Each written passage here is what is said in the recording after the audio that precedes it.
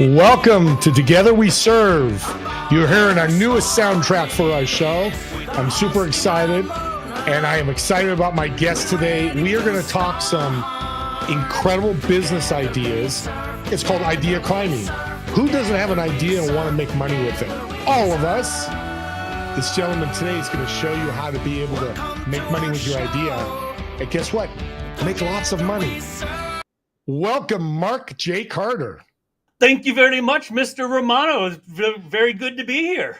This is fun. We've known each other for a while and just a little partnered up just a little bit, and we're doing some things. And I'm excited because I love your book and what you're doing. I know you got another book coming out. We'll talk about that later. But let's jump on. What's the history of this? Where did it come from? You know, from your head, I'm sure. But you know, quick history of this. A quick history of the book is senior year in college. I read self-help books, particularly a Tony Robbins book, Awaken the Giant Within. It's like, I want to do that.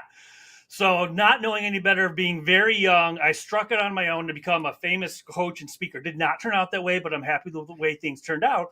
But luckily in my DNA, I said, if I want to be successful, I need to be around successful people. I need to talk to, interview successful people. When I wrote my book, I found my first notebook from February of 1999 with my first 2 formal interviews in it. Tattered like heck.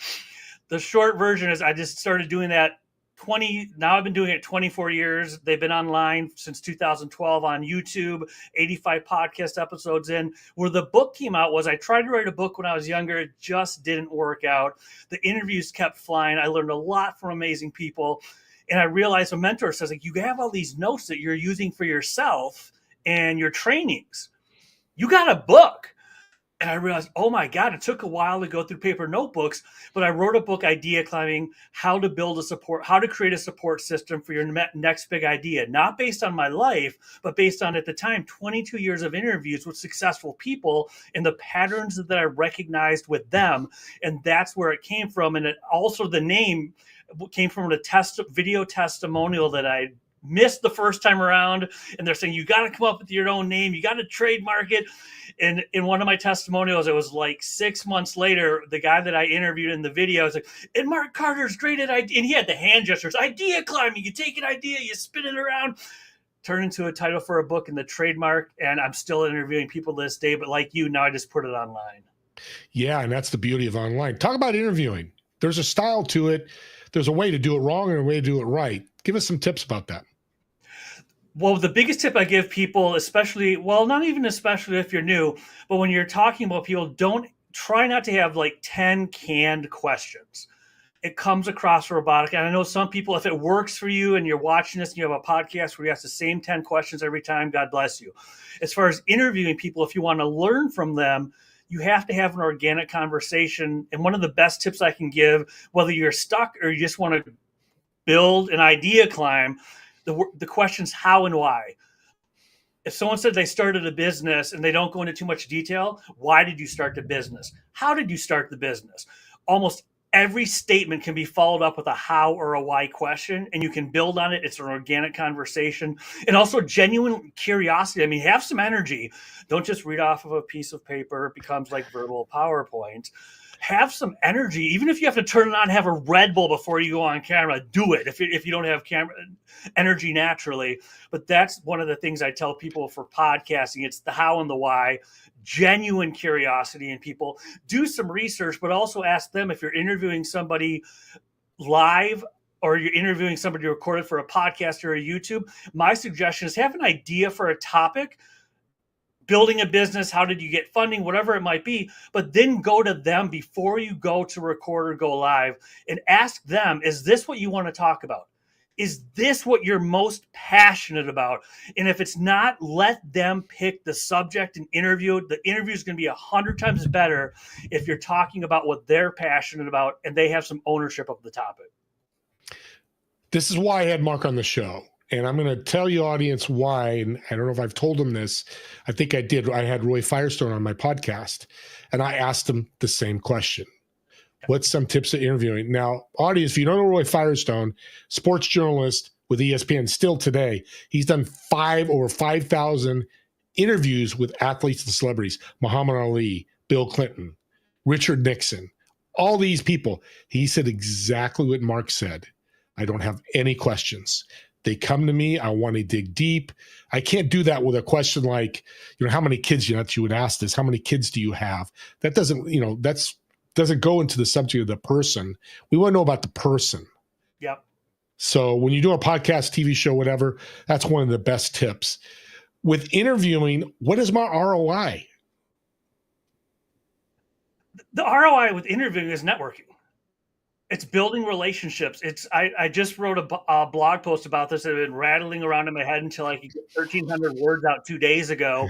And then our podcast that'll go live in a week. As far as the ROI in interviewing, a lot of people think if you have a YouTube station, it's views. If you have a podcast, it's downloads. I get it. That's important. You got to have some kind of numbers going on. The real value is the networking. It will open doors for you if you have a podcast or a YouTube or I should say, if you do both like I do now, a YouTube station. Think about who you want to meet. When I started my podcast, selfishly, I wanted mentors. I was rebuilding a business, building a new business. I wanted to scale it. And I couldn't just call people up and say, can I pick your brain for 30 minutes? Guess what? They get paid to have their brain picked. And some of these people get paid really well to have their brain picked. Yeah. Can I interview you and showcase your genius to my network? Doors fly open. To me, that's the biggest value of podcasting. That's the biggest value of YouTube. That's the biggest value of interviewing, is you can meet people you never would have met, come in wanting to give back, wanting to showcase their genius, and it'll just take you so far. But don't just focus on the downloads. Don't just focus on the views. Focus on the people you meet that you could have never met otherwise. Man, I really like that. I guess I can't interview myself, is what you're saying. That probably does not work.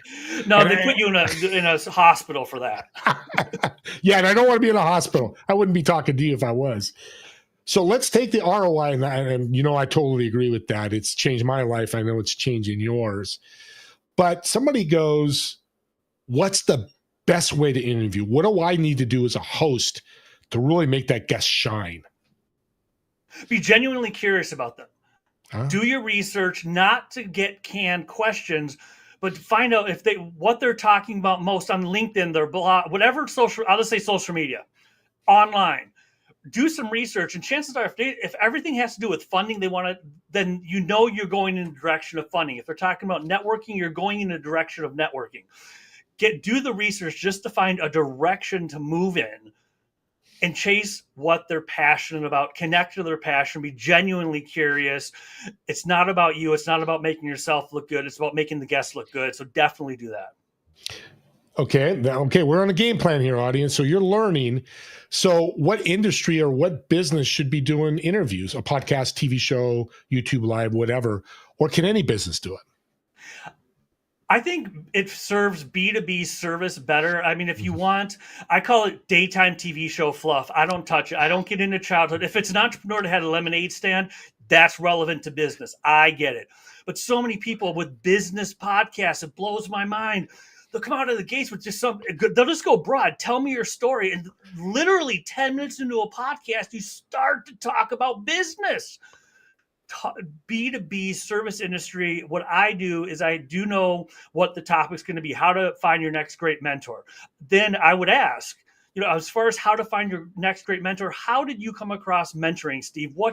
But it's a directed question. What's the story behind how you found mentoring? Not what's your story broad, but gearing the conversation toward a business topic.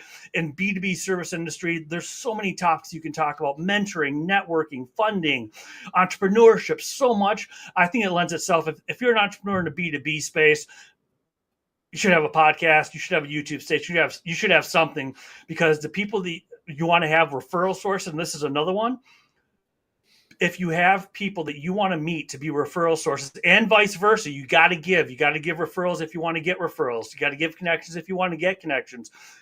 Go to them and ask them what's most important to them. That's your target market. Whatever they tell you, build a show around it. Invite them to be the guest on your show. That's so much better than cold calling a potential referral source saying, can you give me business, as opposed to, hey, I have a show about this, networking, mentoring, funding, whatever it might be. Do you want to be on my show? It's nuts. The doors are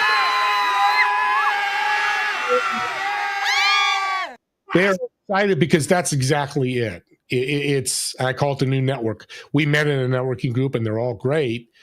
Yeah. But when you interview, you have, and I tell people this, Mark, imagine you do one-on-ones. We're all doing one-on-ones to meet people, to get referrals, connect, learn about them. Imagine thousands of people seeing your one-on-one and commenting or reaching out to you. That's the power of this. And the cost is minimal and the time is minimal. If I help you or Mark, helps you, it's not as time consuming as you think. What's the future of podcasting and TV and radio shows, which you have, and TV shows? What do you think the future of that is? I'm hoping it's quality, because anyone can do it. And I love what you're doing. And I love what we're doing here and talking about it, is to give people quality.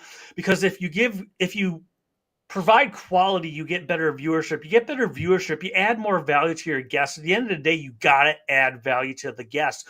And I do want to say one thing for if anyone's listening, watching, whatever it might be, as far as if you're just getting started and you're like, no one will talk to me, I don't know what to do.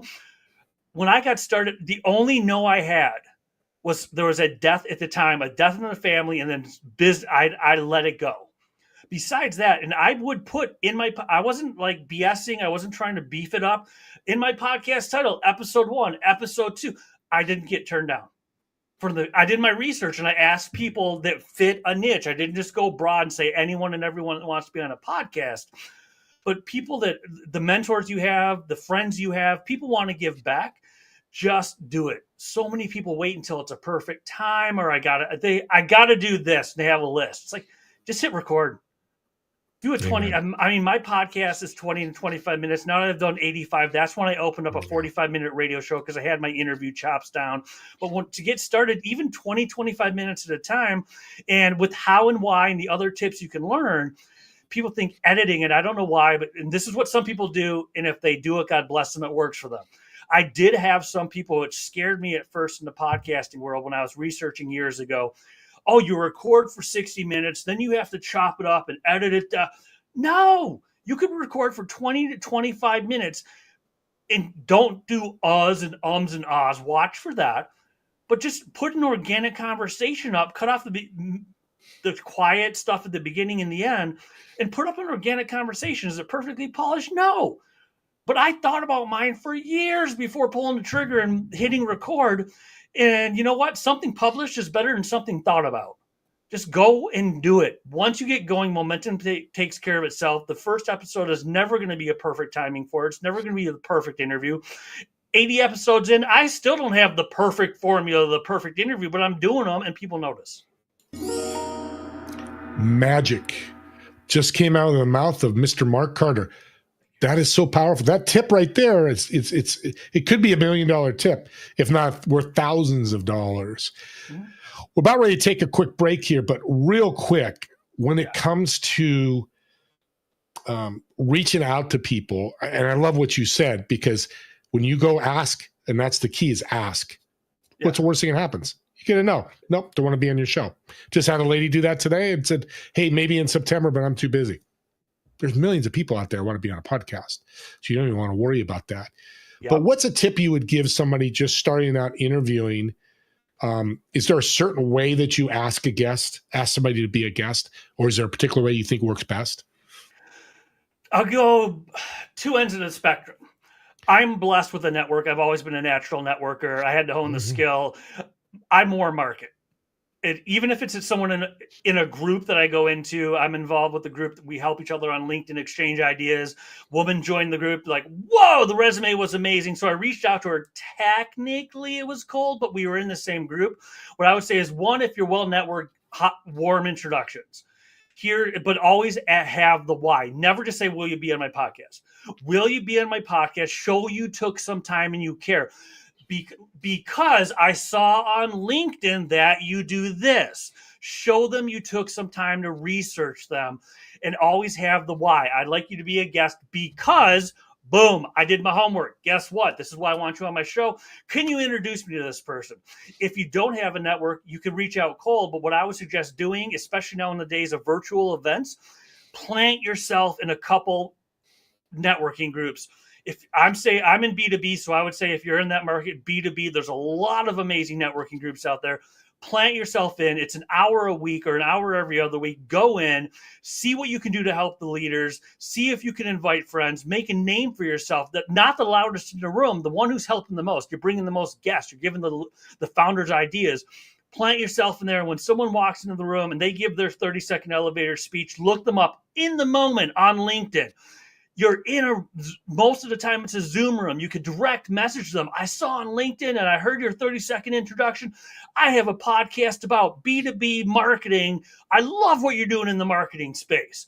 Would you consider, here's the word if you're DMing somebody or you're coming in for the first ask, would you consider being on my podcast? Would you be open to a discussion about being on my podcast? Never come in hot and say, you want to be on my, so whoa, pump the brakes like going on a first date with a wedding ring. You don't do it. It's not going to work. Come in soft and just say, would you consider or would you be open to?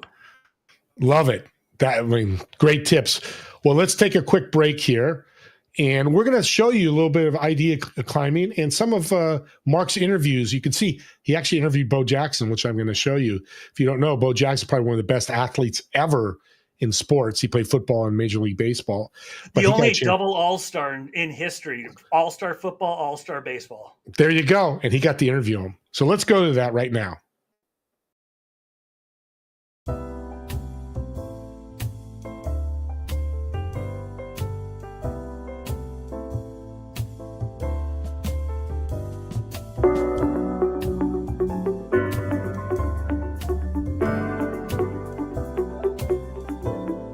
I consider myself to be an exceptionally fortunate person. I love what I do because I've connected my passion and my purpose to business. My passion has always been, for the last 24 years at least, interviewing people. Those interviews culminated in my book, Idea Climbing, How to Build a Support System for Your...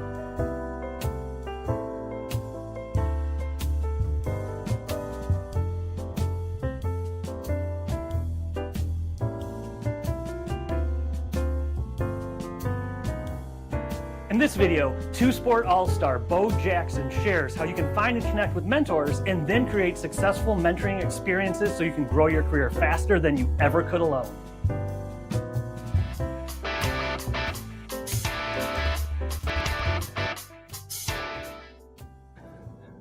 Welcome to 8 unedited minutes about mentoring. We're here with Bo Jackson, ex-two-sport athlete, now food connoisseur. Thank you so much for being here, Bo. Thank you for having me. I'd love to jump right in. When you hear the word mentoring, what comes to mind? Mentoring. Giving back. Giving back. And just from the standpoint, it doesn't matter how hard it takes you to get to where you want to get to, always reach back to help that next person up the ladder. Mentoring. Did you stumble across mentoring at some point in life, or was it just in your DNA from a kid? I would hope that it's in my DNA because I've had to learn on the fly. And the thing that I prided myself in doing ever since I left high school is to do what the other people forget to do. What do you mean? Which is say thank you. Always lend a helping hand.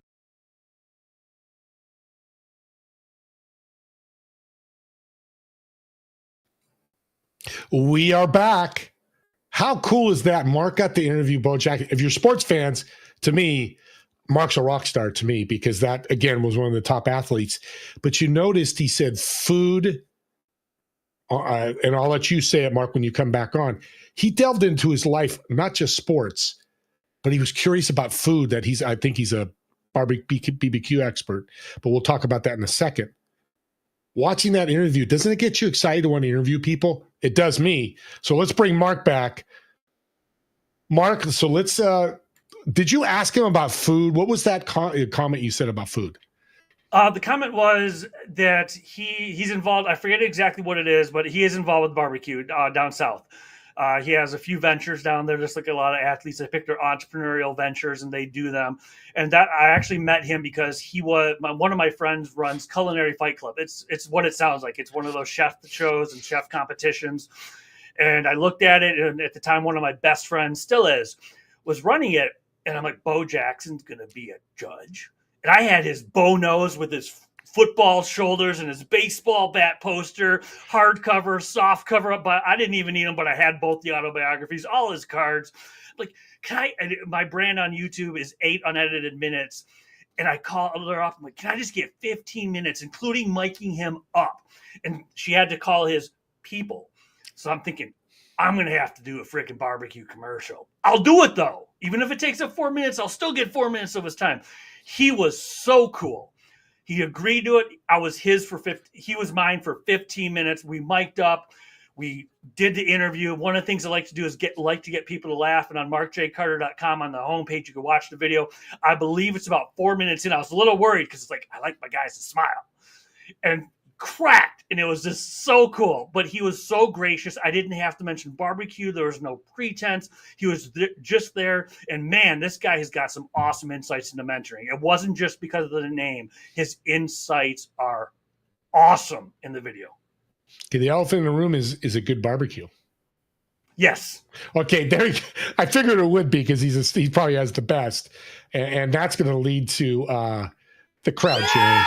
Because who doesn't love barbecue? Well, I know I do, so it's good. And that was a great way to end that first segment with a great interview with Bo Jackson and learn about interviewing.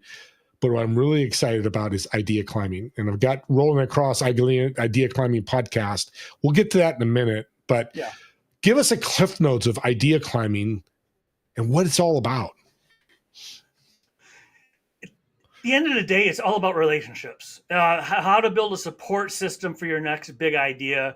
I realized that even people that publicly looked like lone wolves, whether it was people that I could interview personally to put in the book, once I interviewed them, they had people lifting them up. Even if publicly it looked like, oh, I'm a lone wolf, I'm so awesome, I did this. Or if I had to research biographies and autobiographies, I included things, the people I didn't talk to, the story of Home Depot, the story of Napoleon Hill, Think and Grow Rich, and all these other things. The book is meant to be your guide to build that support system, and it's meant for anyone to be able to do it, whether you're just getting started or you're already well networked. You still have to build a team and a support system around you before you can achieve a goal. And you have to know how to share, and it's relationship marketing. I don't get into SEO and traditional marketing, but that's one of the best responses I get from the book is the relationship marketing one. And if you're just getting started marketing a big idea, even if you have a network, when you get started, you're down here and you just talk to everyone that'll listen. You're bouncing up to here. If it's done wrong, and I've seen people do it, they end up out in the freaking ethosphere, stratosphere, whatever you want to call it, and they're the professional networkers. And they're going to 5 events a week. If you've been networking for 2 years, you have to. Keywords have to. Want to is a different thing. Branding is a different thing. Have to pay bills, go to 5 events a week. You're doing it wrong because you should have relationships. So the good network, as I realized, and I got this from a guy who had started, I still remember the conversation when I drew it up on my whiteboard on my wall. 4 businesses at the time, wildly successful ones. And what I took from the conversation is you go like this. Boom. The pros go like this for an idea. And you could do this. Every time you have a new idea, I hate to break it to you, you got to start over if it's a brand new idea like I'm doing right now with my service offerings. But when you start getting here, this is where the people are going to listen to you. You have their ear. Like Steve and I now are friends, and we talk about it. I don't have to go out and get 20 more podcast friends to keep in touch like Steve and I do, because I've got Steve and I've got a few other people like that. You go like this, and to me, this is good news. If people are like, I don't want to go to, you don't have to go to 5 events a week. It's easier now. When I was doing it, it was live, and I had to get dressed up and you had to travel. And even though I live downtown Chicago, I had to walk even 15 minutes there, 15 minutes back, an hour. That's 90 minutes, 2 hours. But this is my good news for you is you're going to end up here if you do it right. The book explains how to do it. And the key that I'm really big on is it's give and get relationships. You got to help them. If I just call Steve and ask for a bunch of podcast guests, there's going to hit a point where he's going to be like, let me rephrase this because it's Steve we're talking about. He's going to keep giving me the guests, but he's not going to have the best taste in his mouth when he gets that inbox from you the 10th time I'm asking for a guest. We give each other guests and referrals and help, and we support each other. Yeah. And that's what the book is about, really about. And I give clear ways in the book how you can give and not just get.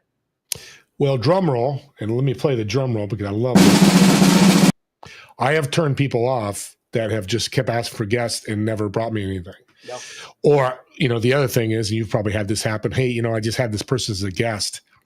Not so good. Can't refer them. See, a servant's heart does that. Together we serve, me and you together we serve. That doesn't mean we bring bad guests. And there are bad guests out there. Like there's bad doctors, chiropractors. There's just some people that should not be guests. But being a servant, you're going to tell Mark, or Mark's going to tell me, I just had this person on. I won't say names. It doesn't need to be. Here's what happened. Okay, I'm not going to, because he's serving me, because I'm going to start sending this person out to multiple shows. I'm going to get multiple, Steve, who the hell? My brand starts getting affected. So I love that you said that, and I appreciate you saying that, because we have that connection, and it's important. Here's the thing. When I looked at your book, read part of it, I got to finish it. Yeah. Idea. Define idea for a business person. The definition of idea for a business person, when it's formulated, initially it's ambiguous. But when it's at least formulated enough that you can share it with your significant other or your best friend, an idea is something that's meant to be shared. An idea is something that can make change in the world. And it could just be your world or of 10, your inner circle of 10 friends. But an idea is something that it needs to be shared and supported by a bunch of other people and do good for other people. That's what I think. I get it that technically the idea of being the Wolf of Wall Street and driving a Lamborghini, I get it. But the best people that care about it, and what Steve was talking about with the referrals for podcasts, it's also true of referrals for business. And just while we're on the topic of that, the people out there, because we talk about networking, don't just think you're cool because you can say, I made 10 introductions this week. Yeah, but if half of them sucked, you're damaging your brand. You're not building it. I was, without naming names or groups, like it sounded so promising. I was on a one-on-one call, and this guy's like, who do you need to know? And at the time it was coaches and business coaches. He's like, oh, and I'm going to go into LinkedIn, and on the spot, he's like, boom, typing the message, bam, bam, bam, 6 messages out. A week later, 1 came back that she was too busy. The other 5 ignored. Guess what happened to that guy's brand in my business? I cannot send him anyone. I cannot refer him to anyone. He is dead to me. And it's not bad. It's just a matter of, I can't afford, like if I just thought about, I'm just going to introduce Steve there. And he had that. I met him through networking events. So this was on me. I let him set up a one-on-one. So this is nobody's fault but my own.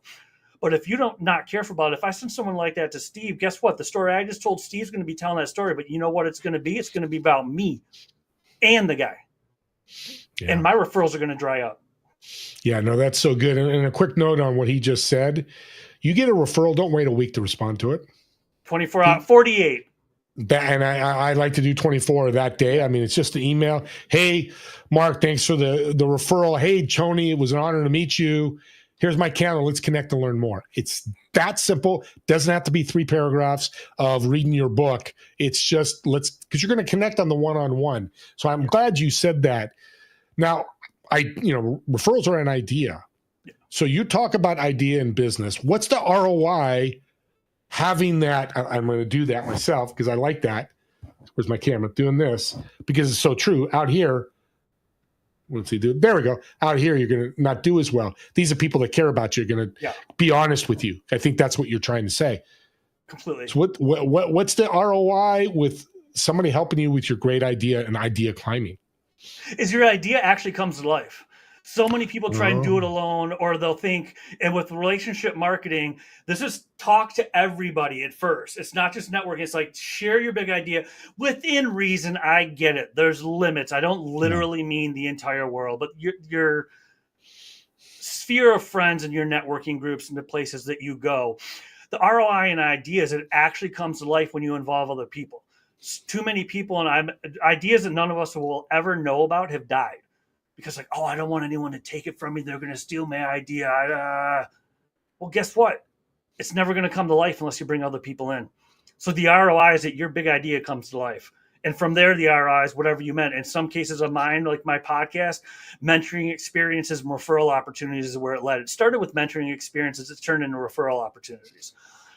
But I shared that with people about the idea climbing and everything else. And while I have the trademark on idea climbing now, at first I didn't for years, but I had to share the idea and build it. The book, I did a ton of research before it came out, and I had to tell the people the title and subject of the book and what I was interviewing them for. Some of them were authors. Some of them were experts. Ooh, what if they, you know what? You have to put it out there and take that chance. It is personally, on something big like the book and idea climbing or other things, 8 unedited minutes on YouTube and all that good stuff, I've never been royally screwed over by anyone because I pick and choose carefully. I'm not, like I said, it's not everyone. This is your circle of friends, like the 2 groups I go to, multiple events a week. That's who I'm talking to. I'm not blasting it out into a forum of 1,000 strangers and hoping for the best. There's a method to the madness. There are there's boundaries of where you're networking. You're talking to anyone and everyone within reason, within the groups you're part of. But the ROI is it actually comes to life. And there's people out there, the cool thing, you're going to find people, not every time, but a lot of times, their big idea is to support a big idea. Yeah, I like that. Ideas changing. Idea climbing, I might have an idea to build a pet rock. If you're older people and the Bay Area was big, and I decide, no, I'm going to do a pet plant. Is it okay to change your idea as you're going through the climb? Yes. Not complete. I mean, if you completely change it to something brand new, then you're back here. But it's going to shift. It's going to change, like the book, the chapters, different things change. As far as the radio show, some of the focus has changed because you're going to get feedback. You're going to get ideas. It's going to change a little bit. Rarely will it be the exact same. Yeah. And that's a point based on feedback. Yeah. And I'm glad you said that because so people get locked in that idea like, this is my idea. I'm not wavering from it. I'm going to move forward. I'm going to just power through. Business has changed. I use the example. If anybody out there has seen Jeff Bezos' picture way back in the day, he's sitting at that desk and it says Amazon Books, archaic sign. And I want you to think about today, how many times in February you've gone to Amazon. I could tell you I've done 5 times already. Yep. Completely changed his business. An idea changed. And that's such a great thing. Well, let's take another break. I want to give Mark a little water break. And I'm going to jump in here. I want you to think about this. Together we serve. What was Mark just talking about? I'm going to do it again. I love it. I call it the scissor effect. He says not idea climb by yourself. He's never said that today. He's serving. They're serving him together, community, group, whatever word you want to use. I think that's important. I also want to tell you down below me there is my serving journal. It's on Amazon. What I teach people and what I love people to do, start on a Monday, take my journal and write in every time you serve somebody. How you felt, how the person you served, how they felt. Do that all the way through Friday, Saturday, and then do an overview. How did all those people feel? Kind of go through it and think about, write down notes, happy, excited, hugs, whatever that is. Write down how you felt. Man, it changed my day. I had a bad day. Oh man, I felt good. I helped that lady with her groceries. She was so kind to me and gave me a banana, whatever that is. And then combine it all together, collaborate it. And the most important thing I want you to write down in your serving journal is, how did your week change? And I think it's a 4-month plan that I have. And what's going to happen in 4 months? I guarantee you, if you focus on serving, together we serve, like Mark is showing us today. And I've got a little, the last segment here is going to blow you away. He doesn't even know about it. It's going to be a big surprise. And that's what we do on TV shows. We want to surprise the guest. But I want you to think about that. And again, who are you going to serve today? But the most important thing, how are you going to impact them today? Let's get back to our show. Mark, yes. Let's bring you back. I know I teased you a little bit there. I did a little advertising. I really think the serving journal is big because there's a gratitude journal. But let's jump into this. I haven't told you about this, but I'm excited about it. And I think you want me to say it, so I will. But I'm not going to say it yet because I'm going to keep running this along. So we do on TV shows. No, I'm kidding. sizzle. Gotta keep attention. I get Yeah, right. Energy. it. I So get we've it. talked about this, and I just did one for your company, a sizzle reel. Yes. I am a big, big, big fan of this. Let's talk about that and what you do with those. With sizzle reels, in the speaking world, it's people on stage, and it's for the agencies and the people that might hire them. I borrowed the term, and what I came up with, because I love interviewing people. I recently, in the last year, stopped coaching and consulting. Everything I do is about interviewing, because that's what I'm most passionate about. It took some time, took some coaching, hiring a couple coaches to find a way to do it. The sizzle reels, it is, I interview somebody about what they're passionate about for about 20, 30 minutes. And my strength is bringing their stories out. Most people, when they think about, I need video for my website. And then you got, even if you, first off, you're not comfortable on camera, you're sunk. Even if you're comfortable on camera, then it comes down to, I got to write a script. Then within reason, you could tweak it a little bit, maybe not word for word, but then I got to memorize a script. Then I have to hope I'm media savvy enough to be able to talk into a camera alone in my home office, which does not sound like fun to me, but I need video for my website. What I do is interview people. It takes 20, 30 minutes. I have my producer, not me, my producer uses an online state-of-the-art studio, and I do what I'm best at. We just recorded one today. It's going to be on markjcarter.com. You can see 3 of mine there. The testimonials, not the testimonials, but the sizzle reels from the clients are going to be going up. And my job is to bring out the story. One of them is to raise the energy level. You cannot just ask questions. You got to raise the energy level. I've recently just owned mine where it's like, I could tone it down, but if I tone it down, it's not going to be me.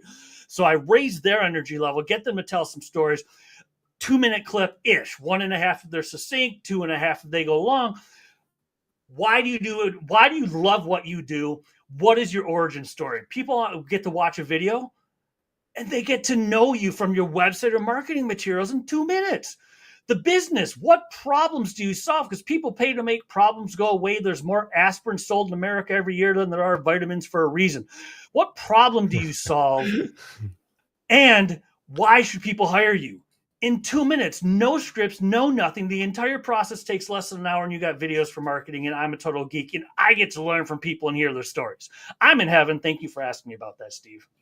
No, I want to get more into this because it's just a powerful tool. It's TikTok has their 1-minute reels, Instagram reels, and kind of where you're taking it. Yep. But where would businesses put these sizzle reels? I know you mentioned website, but where else? Newsletters. I mean, that they can be used on social media. I mean, because they're 2 minutes, that's something it could be put on LinkedIn. I mean, you went to my profile because of what I do. I didn't put the sizzle reels on my LinkedIn profile because my whole thing is interviewing. I'd rather say, look what I do instead of here's what I do. So, yeah. But for anyone else, they can put it on LinkedIn. They can share it on Facebook. You want to splice it up into 2 reels, put it on 1 minute at a time on Instagram, Facebook, whatever you want for those. They can use them virtually anywhere. And they're just, it's a way to, and part of it is the trust in me to pull their stories out. And I love it. The guy today, and he's one today is a very successful professional speaker, as in like, whoa. He still needed to be interviewed because he couldn't get out of his own head. It's like, once you're in your own head, you know so much.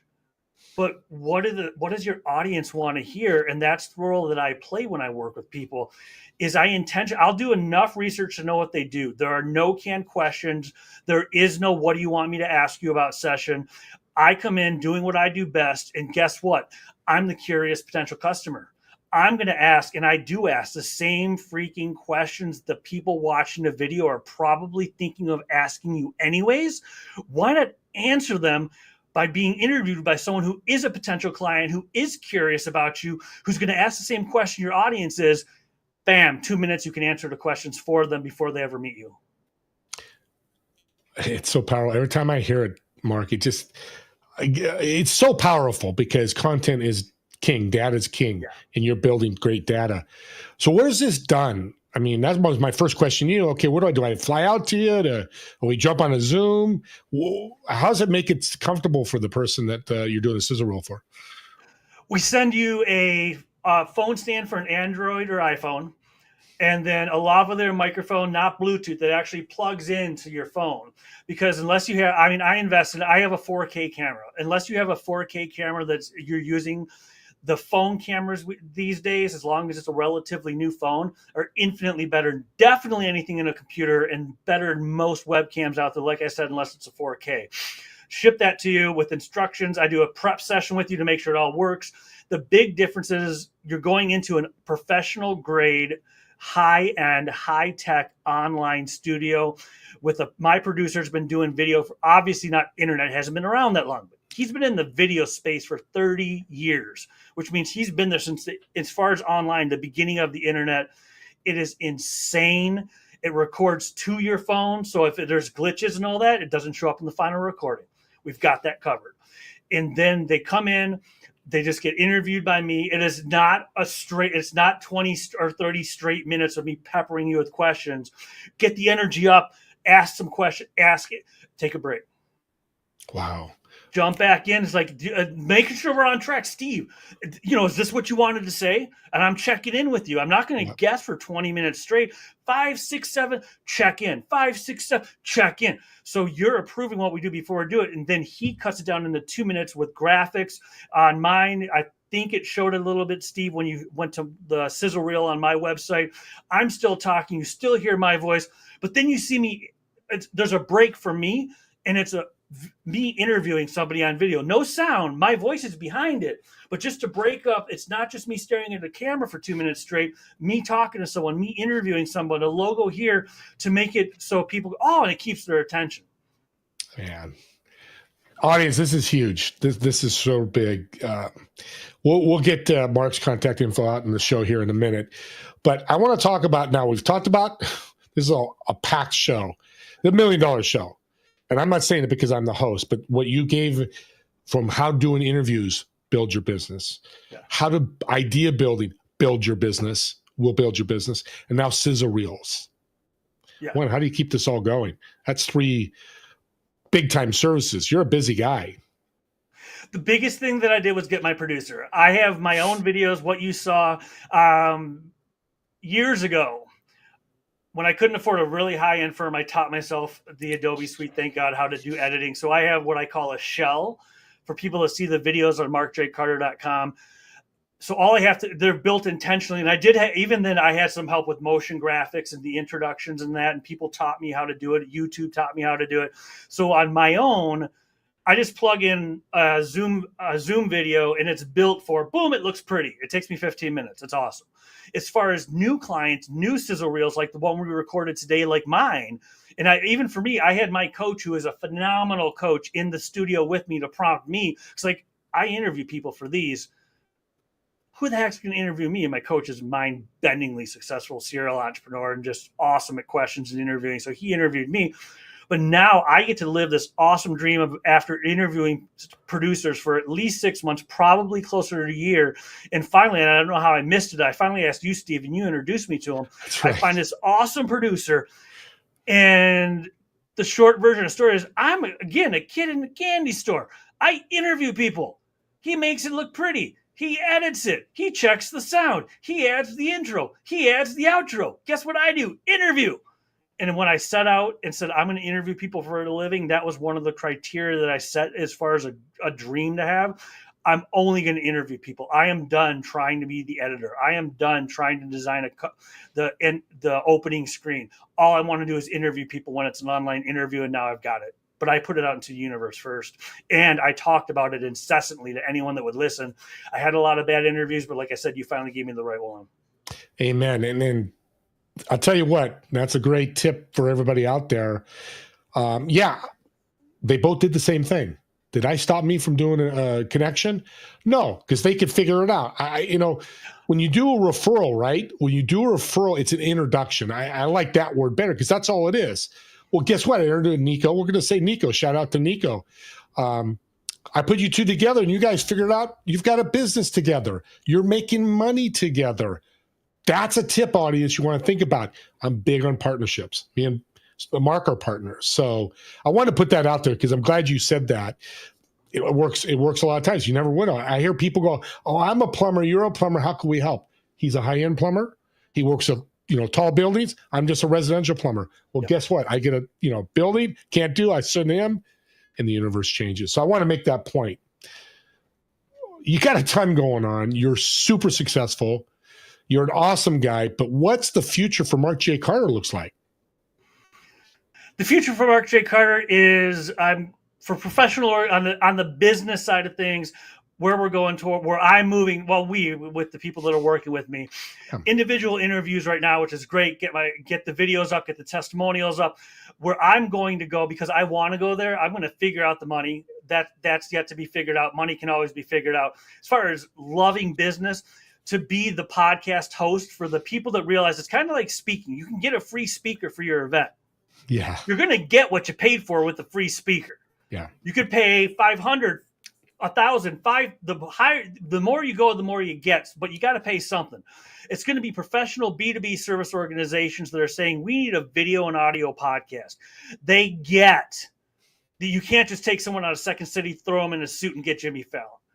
They get that you can't just get 10 questions and have a good interview. They're the educated consumer. They've at least been window shopping.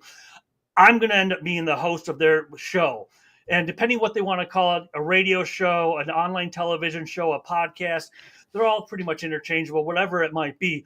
That's where I'm going in the business world, is I'm going to be the premier host to help them. And here's the key where it's not about the money. I'll figure that out. What it's about is showcasing the genius of their audience. And that's what I do best. It's not going to be the boring interviews. It's going to be things about marketing, about entrepreneurship, about mentoring. In the business world, that's definitely where I'm going next after the individual interviews. We're going to tier it up, small, larger, to right up to national associations.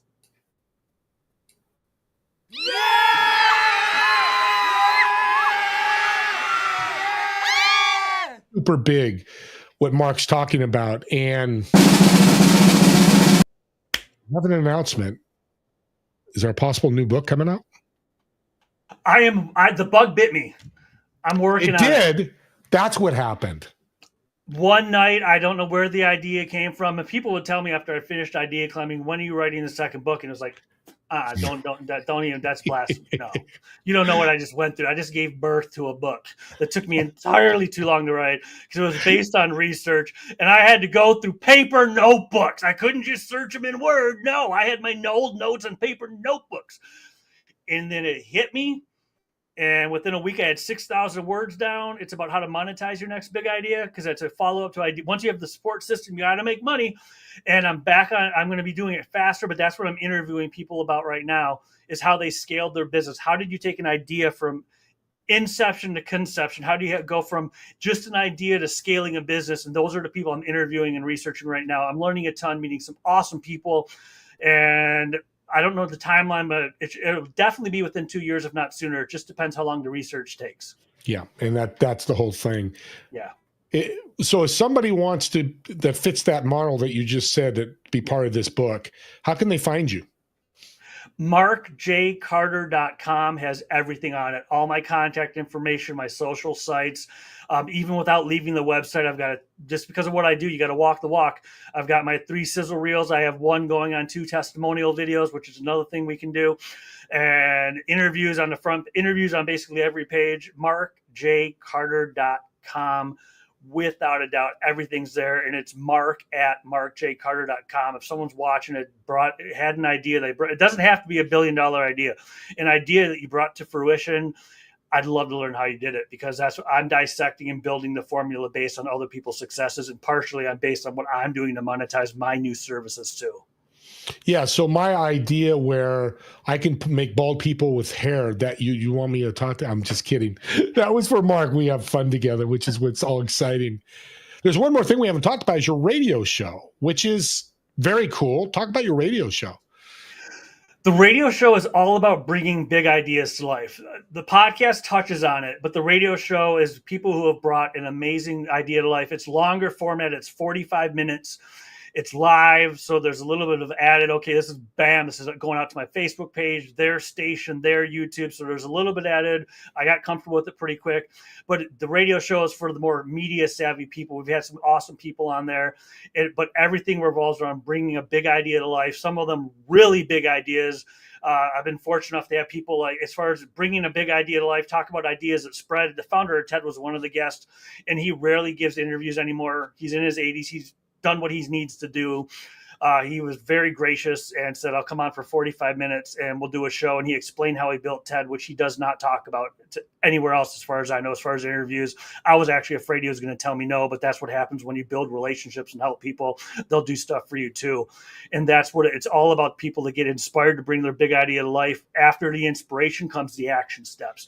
And every one of the interviews has action steps. And that's on the website too, or you can go directly to it through ideaclimmingradio.com. Ideaclimmingradio.com.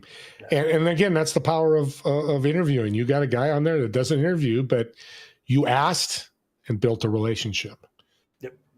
And build a relationship and ask first, build a relationship first, then ask. But again, I mean, one of the big takeaways that Mark's talking about is ask. And that's just not for interviews. That's asking for a sale, asking to meet so-and-so because I think they'd be a good business partner. That's where podcasting and TV shows and radio shows are teaching us and people that do them to ask. Because again, the worst thing can happen to you is, no, I'm sorry. Like I said earlier, I'm busy.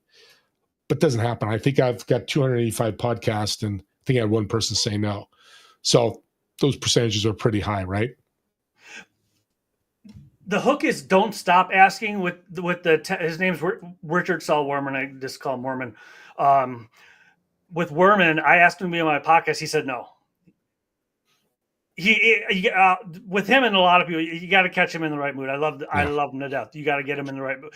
He said no, and that was for a 20-minute podcast. However many months later, the internet television show, the television show comes out. The radio show, comes out. I went back and I figured what that worst he's going to do is say no, maybe throw an F-bomb at me if he's in a really bad mood. He said no to a 20-minute podcast, yes to a 45-minute. You never know. No, so it's not just ask once. Don't be pushy. I'm not talking about sales. If someone says no, they don't want it, and they're adamant, do not be pushy and say. I'm talking like having guests, getting interviews, non-sales situations. It's never going to hurt to circle back in 60, 90 days. They're in a different spot in their life, especially if you're in the entrepreneurial space. A lot of things going on. That first no, you don't know what happened to them that day. You don't know what they're going through. Everyone's about be kind to them always. But you always go back. It's never going to hurt to ask again. Like you said, Steve, the work you're going to do is say no.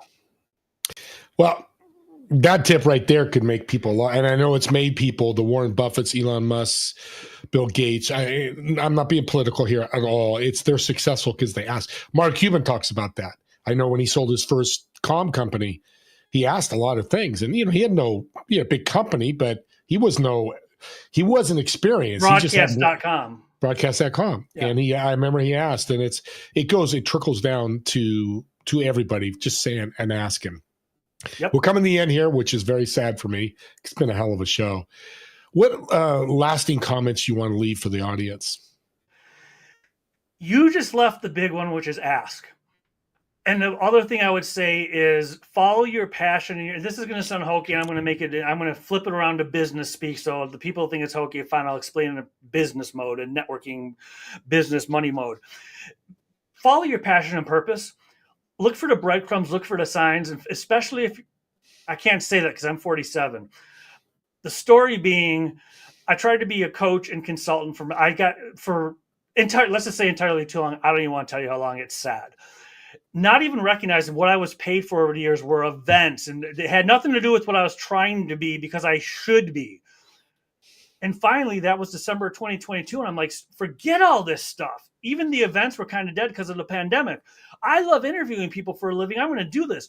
Looking back in hindsight, everything for a reason. I'm happy I am where I am now. But 2002, 3, 4, when I just moved to Chicago, I was going up 45-minute metro, the fast train, not the L train through the loop in the city, but the fast big train to the burbs to co-host an AM radio show. One of my friends, 2003, 2004, had an entire podcast studio set up that are long and short. All these little breadcrumbs. It's like, how did I not realize that I should be interviewing people for a living? Dell World 2013 paid me well to run the news desk. 27 interviews, 2 days, all of them live stream, including Michael Dell. I still didn't get it because I was supposed to be a coach. It's nuts. The best thing I can tell you at any age, follow what you're passionate about. If there's not a way to make money with it, find something else it is, but at least be open to ideas. I don't know why when in 2013 I didn't say, I just got paid this much money by Dell. Guess what? I'm going to parlay this into a career. It took me getting fed up and sick of trying to be successful and trying to be something I'm not to get me to switch. I'm happier than I've ever been in my life. I'm ecstatic I get to do what I love. But if I were to leave it with one thing, if you're passionate about something and you can connect it to a purpose, passion is what gets you out of bed in the morning. That's interviewing for me.